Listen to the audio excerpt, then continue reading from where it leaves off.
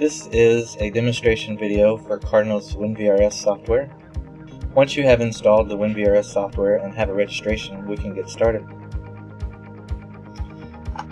There are 3 layers to the software: the WinVRS side, configuration, ticket formatting. We will start on the configuration side to set up the software.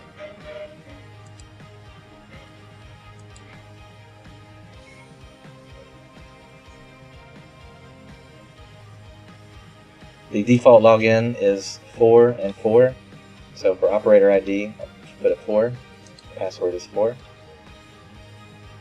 Go ahead and log in. We'll start with the general information. This is the registration that's sent out when you make the purchase of the software package. You'll notice that I've put in my registration: Cardinal Scale Manufacturing, station ID is 1, Web City, Missouri. The sales order number is SO, not to be confused with S0, 191872. Registration key is 186-129-915. You have different selections over to the right. You can put a different time format, date format, the units you want to see. You can toggle between the different units if need be. You can select a different language.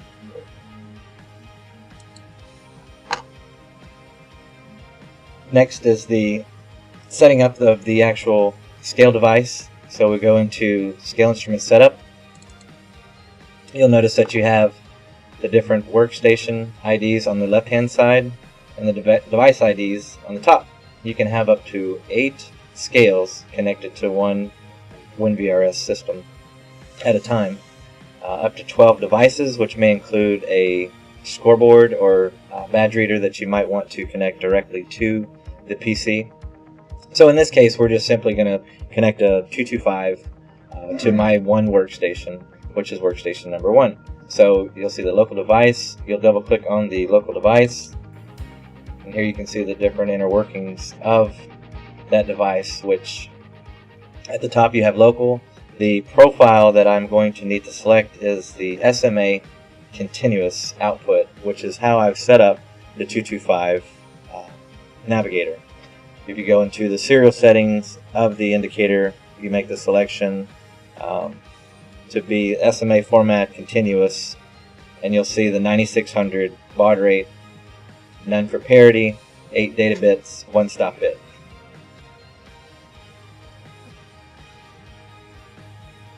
So if you go in, you can see the list of the profiles by hitting the ellipses button over here. You have the different selections, like say for instance you have a 225 satellite 225 kiosk at the scale that you wanted to do unattended terminal prompting with the printing. You make that selection here. But in my case, I have a 225 with the SMA output. I can actually go in and see how that is configured by hitting the Add Update button. You'll see the different parameters that were set to capture that data output here. Over to the right, you have different options for, say you're using the unattended satellite kiosk. We can set up the badge, we can set up the printer. Beam detect is for a photo eye if you have that on your scale. So just some different things you can do there. We're going to go ahead and use this profile because that's how I have mine set up. And the connection is the physical connection that you have to the indicator on the back of your PC. In my case, I'm connected to a serial port, and it's on COM4 at 9600 none 8 and 1. You could also use TCP/IP, our S2E1 or serial to Ethernet adapter could connect serially at the kiosk and then connect to their network. You would just simply need to know the IP address of that S2E1. The IP port is usually always going to be 10,001. I'm going to change it back to serial COM4. The threshold weight would be for the unattended satellite kiosk at the scale. Once that threshold weight is met, it will start the unattended prompting, as well as change the scoreboard from green to red.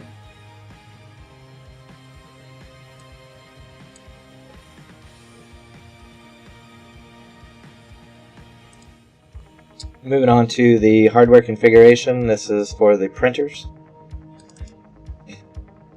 You'll notice that I have the ticket enabled. I have an alternate ticket set up. If you have the ticket enabled, and if you have, say you have a kiosk at the scale and you wanted to print a ticket outside as well as inside, you would need to mark the alternate ticket to print the ticket inside to a LaserJet printer, or whatever the case may be. If you needed more than one copy at the kiosk, you would select that here. If you needed more than one copy at your LaserJet printer, you would have to, at the end of the description, put a colon and the number of copies that you wanted. The text-only box is for those that are still out there, and we still use them quite often, are the dot matrix printers, the Okidata microline printers. So you would want to mark that as text-only so that it can only use that text-only driver for that printer. Next is the database tables. This would be in reference to the different IDs that we would want to use. By default, we have selected for you the vehicle, material, and account. Those are turned on by these checkboxes. You can change the names of the IDs. By default, over here are the different tables that we would consider or want to refer to. But you could, if you needed to change the name of it, you just simply type over it. The different flags are used over here to the right. If you're using the unattended kiosk, the SAT system, you would probably want to make sure that the remote prompt is the checkbox for the remote prompt is enabled for the different IDs, and you may want to list all of those IDs at the kiosk with these checkboxes here. There's other different things we can look at, such as make it a required input before the transaction is to be valid. Verify on file. We can uncheck that if you just wanted to type in an ID on the fly, such as like a PO number or destination. We could just type that in at the transaction screen or at the indicator. Over to the right, you have a tab for user tables. We have 10 additional user-defined IDs. Like I said, you can use something like a PO number I've seen used. You may want to use a destination ID. Just simply turn it on and call it whatever you need to call it. Make it required or not, verify on file or not. Send it to the indicator, or you could just go ahead and predefine that ID and you wouldn't have to actually send it over through the prompting. I've seen different cases. It just depends on how you would want your transaction set up. The transaction table, there's a neat little switch there for simple mode. If you're not wanting to do any of the processing, such as clearing the accumulators, running reports at the touch of a button, then we would probably want the system to do it itself. So we would mark it for a simple mode to be turned on. The settings page, there's a lot of different parameters in there that by default are pretty well set up for you. Not many changes should be made here.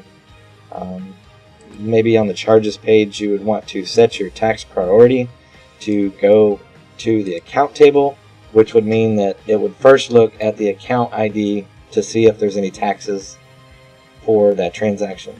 If you're not using any taxes, then you wouldn't need to be concerned here, of course. Some other different things you could, I don't know, set a tear expiration warning for 30 days. It lets the driver know or the attendant know that we need to update the tear weight for that truck or vehicle.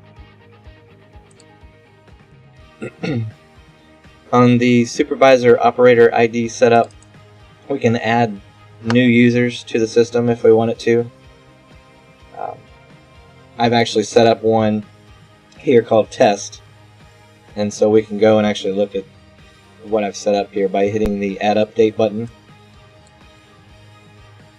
The name is Cardinal, the password is test. The ID and the password have to be in all caps before it will actually allow you to log in. It's pre-programmed, pre-set up that way to have the caps lock turned on.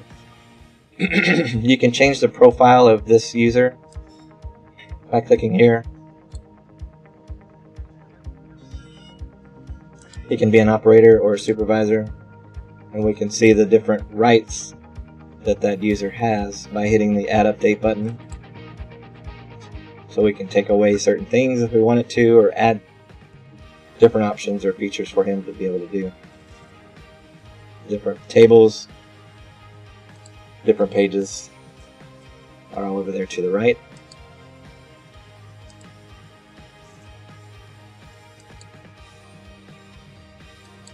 And once we have the configuration menu set up, then we can move on to setting up our ticket. So if you go to File and then Formatter, we can begin that process.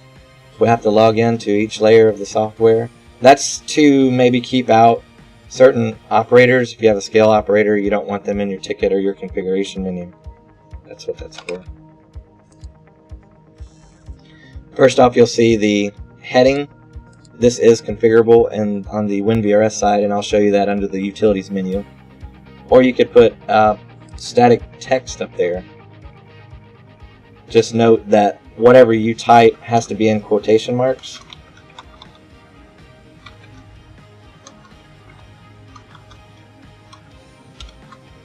And that's how it will appear on your ticket. And there's other lines there, and I'll show you those in just a bit. You also have the transaction number, the date and time of the transaction, gross tare and net values. I like to point out that on the ticket, it's kind of a little confusing, but not so much once you understand the inner workings of it. You have what's called or considered a label. So here is a label. If you double click on it, you can actually see, once again, whatever you write has to be in quotation marks. Then you have the formula of where that value is going to be received from. So in this case, under the transaction table, we're looking for gross weight. And there it is. So you select transaction under the table, and then gross weight under the field, double click it. That's the formula that we're looking for on that ticket. And you'll notice down here, the last transaction that was done was for 44,880 pounds. You can change the units here. If you wanted to see it in tons, you would just change that value there. Change the unit there. All of these IDs are predefined, set up by default. If you wanted to get rid of them or you're not using them, you just click on them, highlight them in red, and hit the delete key to maybe clean up your ticket a little bit, make it a little more understood. You have the different charge by, which only show up depending on how you're charging for that material. You'll have your price for the material here, the rate weight, the net, tax, and total, as well as a signature line. Other things that can be configured here in the formatter are the ticket size. Maybe you want it to print out on a full, maybe your ticket's as big as an 8 by 11. It would be 80 by 65-ish. But in this case I have a half a sheet, which would be 80 by 33. We can set different conditions for the tickets. If you remember, we had the regular ticket as well as the alternate ticket set up. So maybe for some instances we have a different ticket that we want to print out for a different customer, like for cash customers. We want the alternate ticket to print, so we could set conditions here for that ticket to print.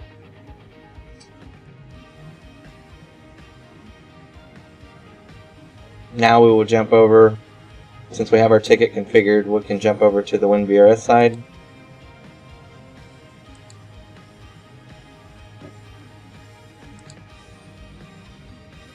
We'll have to log in again because we're on a different layer of the software, going into the main system, if you will.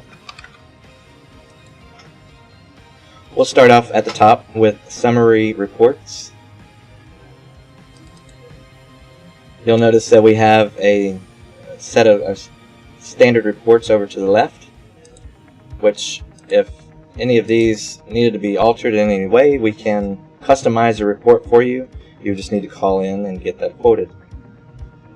So make your selection over to the left.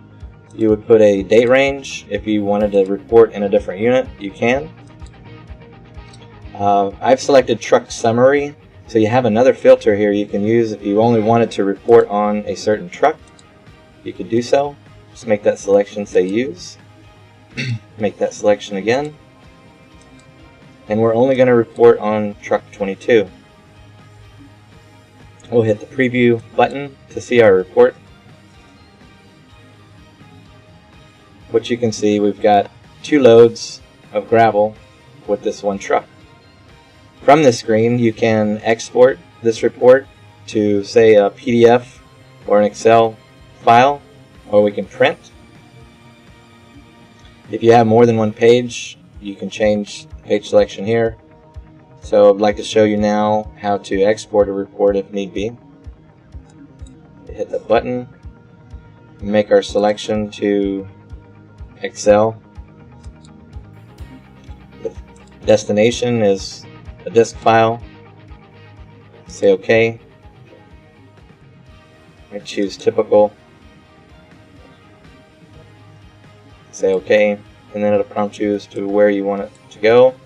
You can change the name of the file, of course. Truck 22. The location is somewhere easy to find for me. Desktop. And so now it's made that export happen. Under my desktop, it's truck 22, and there it is. So you can see basically what we just saw in the report in an Excel format. And again, you can print from here if need be, or if you know what that report's going to look like and you're happy with it, you just make that selection and hit the print key.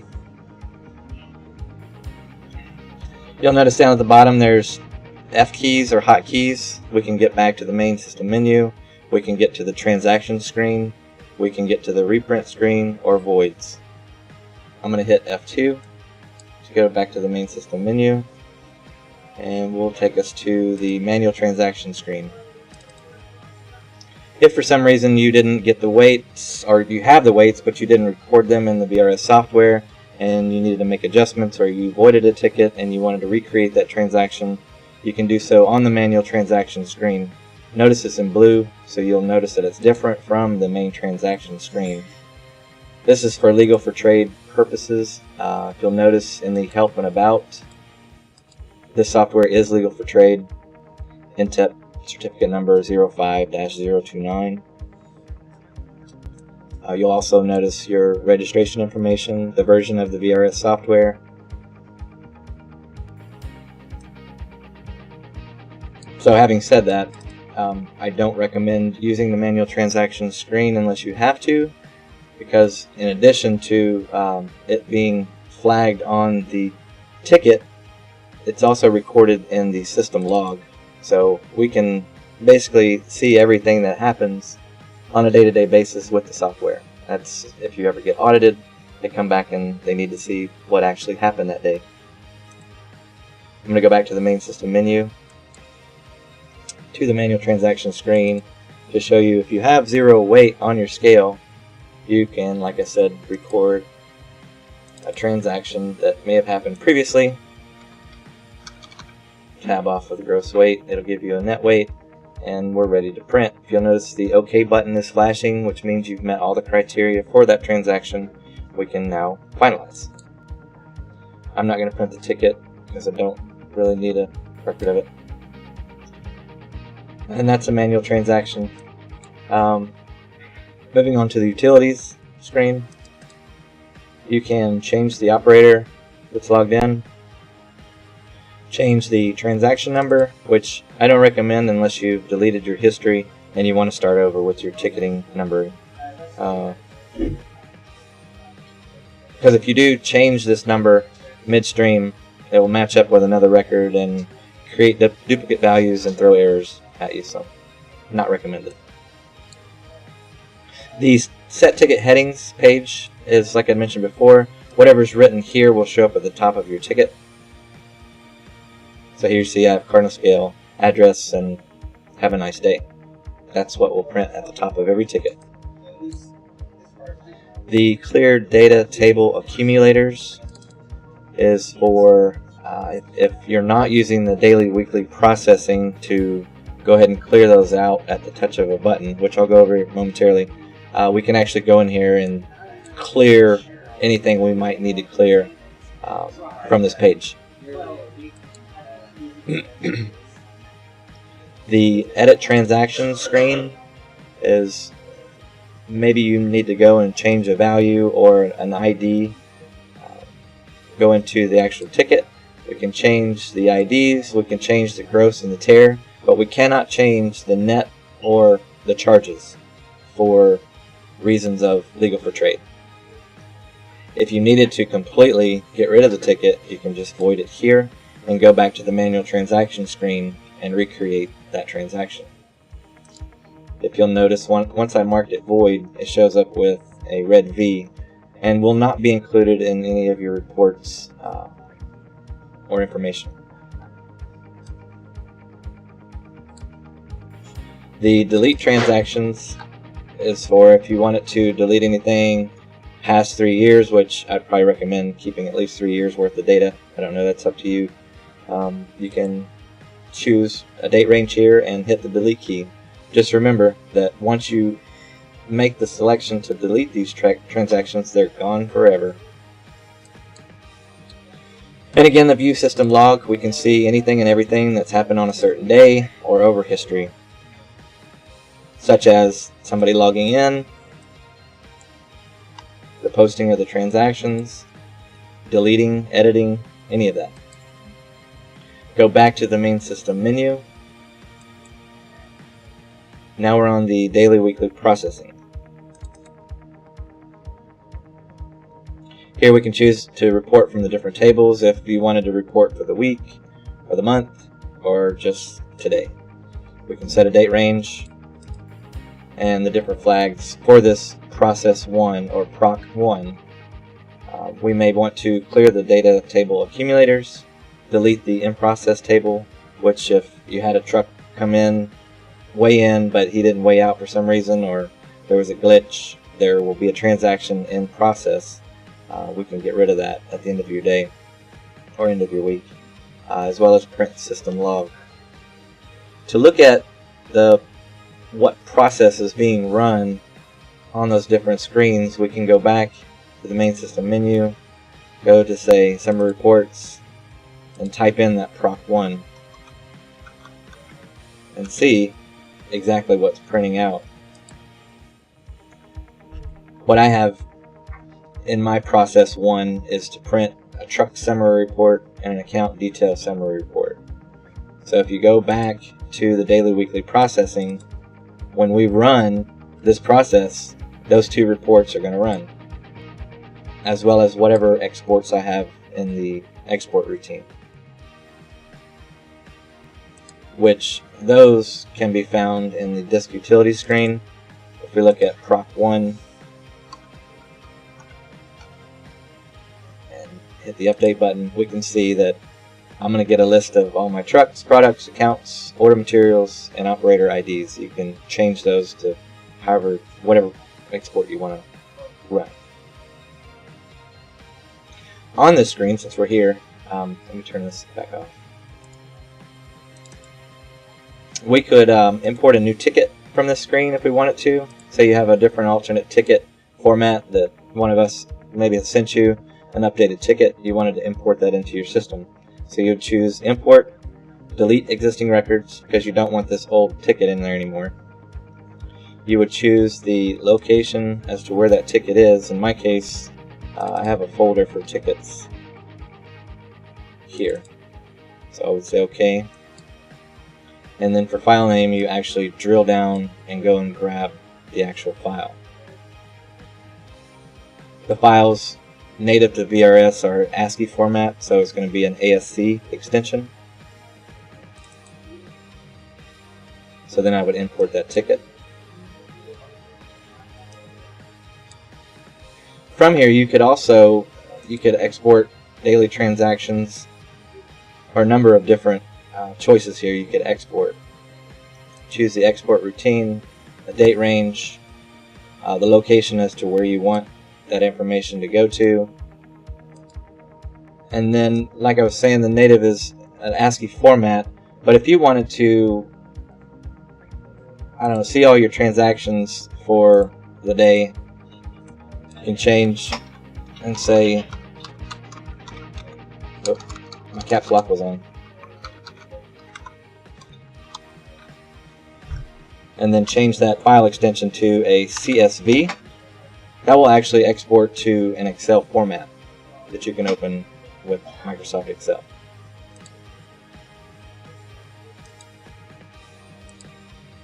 Go and look at that. Let's do recent list.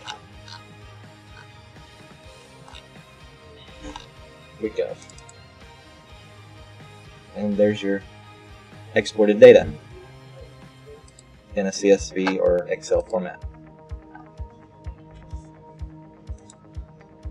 Next, we can go and actually set up a truck or set up our IDs.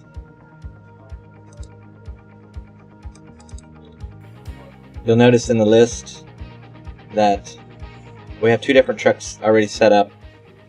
One is a 2-pass with the bidirectional arrow, and then a 1-pass vehicle. If we wanted to set up a new one, we would just type in the field up here.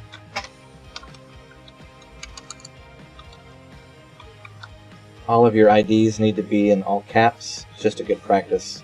In certain cases that is necessary. I just always like to recommend that. So, setting up a new truck, it's going to be test. We'll say add update. And then we can give a description. The description does not have to be in all caps. He can be a 2-pass vehicle by checking that box there, or if he is a 1-pass vehicle, we can go ahead and log his tare weight here, or if he is on the scale, we can actually store that tare weight from the push of a button. Hit the read tare button, it'll ask you if you want to update for this truck. We say yes, and there it is. There's our new tare weight. Other items we might want to put in here, like a max gross weight of say 80,000 pounds. We may want to predefine some of his IDs that he's going to use in certain situations. If it's an unattended satellite kiosk, we could have a setup to where he just uses an RFID badge and we don't prompt him for any other IDs. We just let him swipe and go, essentially. And so this is where you would want to pre-associate those IDs so that on the transaction it comes out to always have JC as the account and the product as Cole.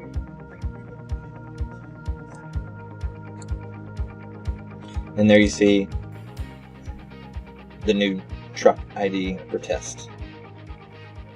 I don't know if I mentioned before, but on any of the screens that you have a list of your IDs or tickets maybe, there's a key down here, or an F8 key, to change the list of the information that you're seeing. It's quite handy. So if I hit the F8 key, I can just toggle through and see the different pieces of information maybe you want to see at any given time. If you wanted to delete a truck, you just click on it, highlight it, hit the delete key. Are you sure? Yes. If you want it to print this screen, you can just hit the print key, of course. Moving on to products, you see a list of the default selections here that we've built in. If you want to add a product, just do it the same way you did a truck ID.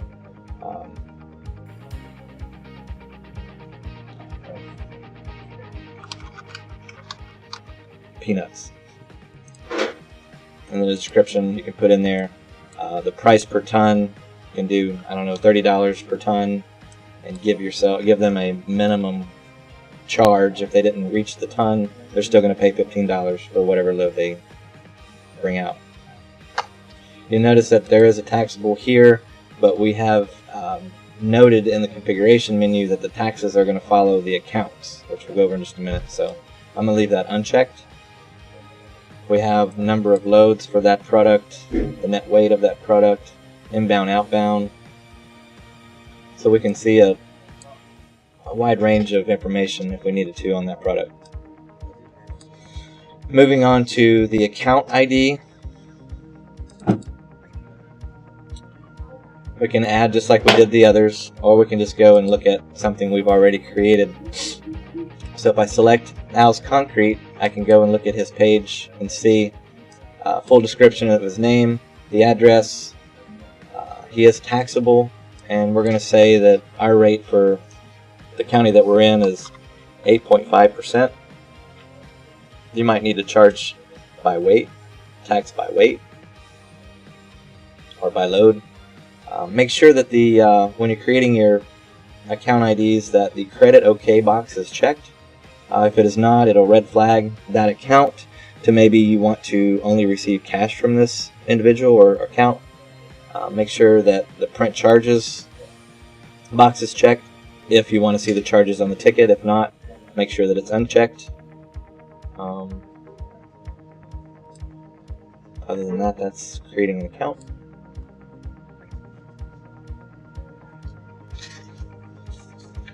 And now I think we're ready to process an actual transaction from the transaction screen, which is the F5 or 5 button down here.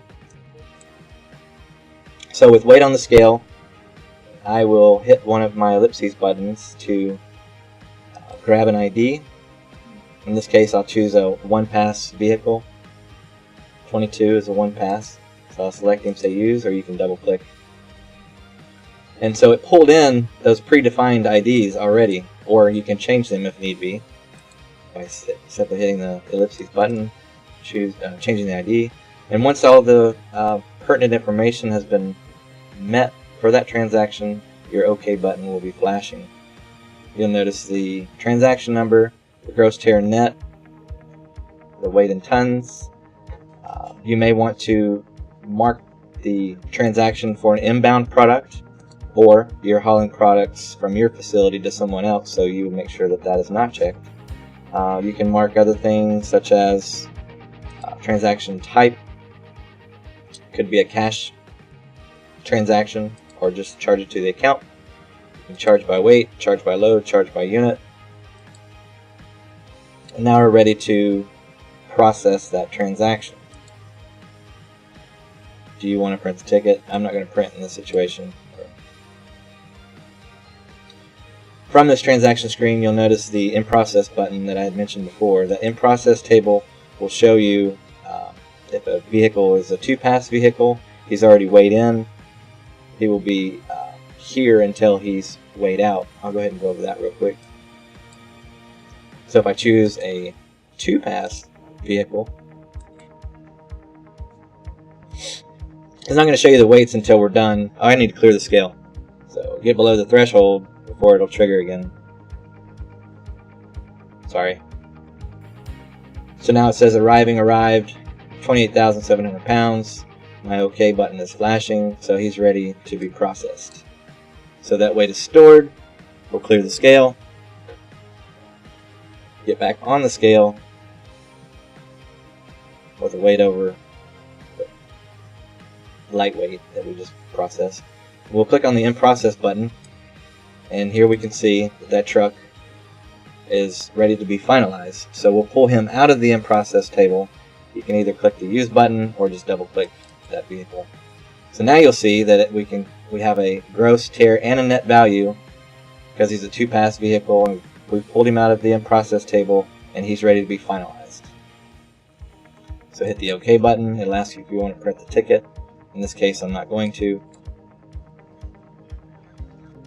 And I think we've pretty much touched on just about everything that we would need to go over. One more thing I would like to point out before closing is if you wanted to move your software to a new PC, you can do so by going through a certain process that I would want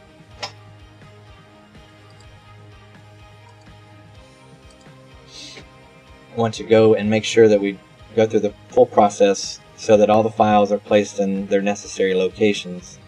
So within the software we can do what's called backing up of the database.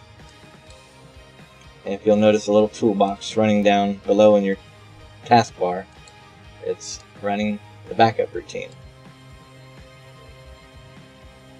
Once this is completed, I would recommend copying this folder out to a thumb drive so you can move it over to the new machine.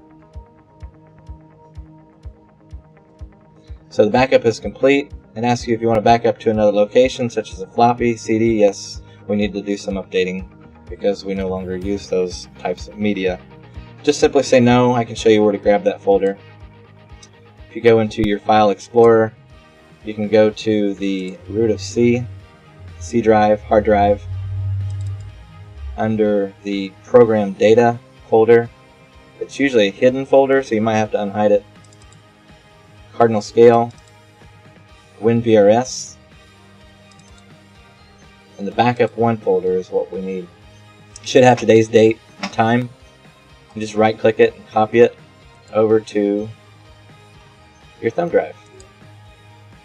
Just go over here and say paste, and now you have the Backup 1 folder with all of your ASCII files in it. With that backup complete, we can do a restore. So on the new machine, you go to File. Once you've installed the software on the new machine, you go to Restore Database. This operation will override existing data. You say yes, because we don't really have any data yet. And unless you're custom, you will want to replace the database with a default clean database before the restore. So we'll say yes.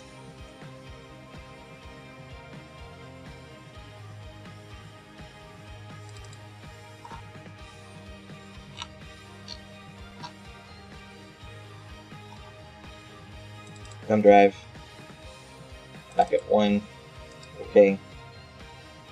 And here is already made a predefined selection of the files that we want to import. I recommend not changing this list, just simply saying OK. We'll make what we need happen. And so now it's pulling in all of your transactions, all of your IDs, your registration information, your scale setup. The only thing that may be different is the COM port selection, because that will vary from PC to PC. We've made the import happen. Do you want to run VRS now? So yes. And so now we're back where we started. In closing, if you need assistance with the WinVRS software, please call 866-254-8261 and choose option 3. Thank you for choosing Cardinal Scale products.